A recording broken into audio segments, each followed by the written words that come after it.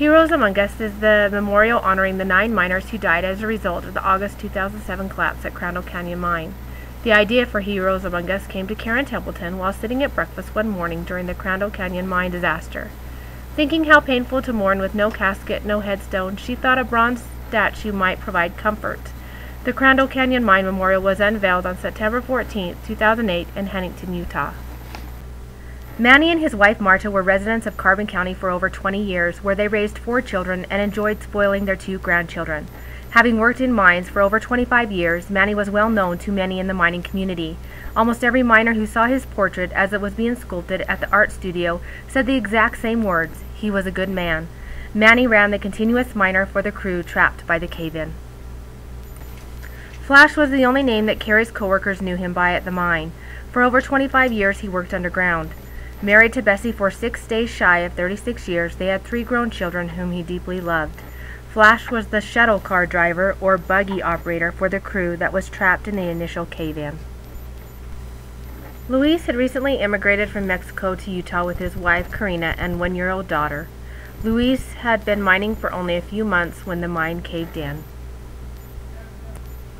Don and his wife Nelda loved to be out doing things. Parents and grandparents in a combined family, they enjoyed being with their kids. Don worked in the mines on and off for 20 years. He was the spell boss of the team that was trapped in the initial cave-in. He was 50 years old. Carlos grew up in a small cattle ranch in Mexico. Beloved by his brothers and sisters, Carlos loved his nieces and nephews with whom he spent much of his time. A miner for 3 years, Carlos was 22 years old. Brandon Phillips was born and raised in Orangeville, Utah. Taking a job underground, Brandon was giving himself a second chance, turning around earlier mistakes and providing a secure home for his 5-year-old son, Gage. A miner for 11 days, Brandon was 24 years old.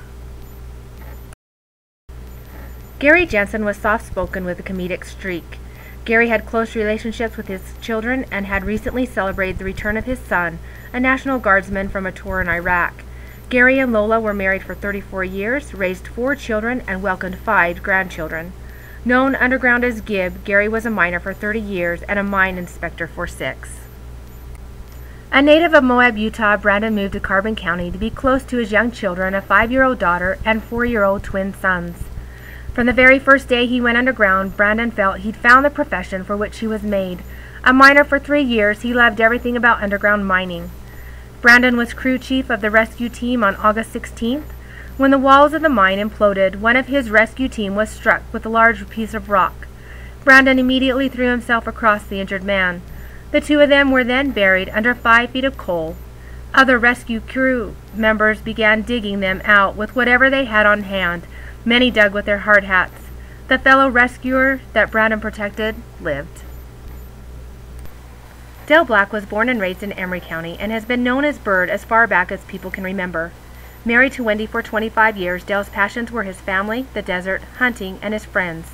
The 7th of 10 children and father of 2, Dale's connections with his family were strong. In mining for 25 years, Dale was running the continuous miner during the rescue effort. He was killed when the ribs or the walls imploded. Another monument was set up at a site above the Crandall Canyon Mine on company land. There is a semicircle of 6 stone monuments that include the names of the lost miners on August 6th, and 3 stone benches with the names of the rescuers who died on August 16th.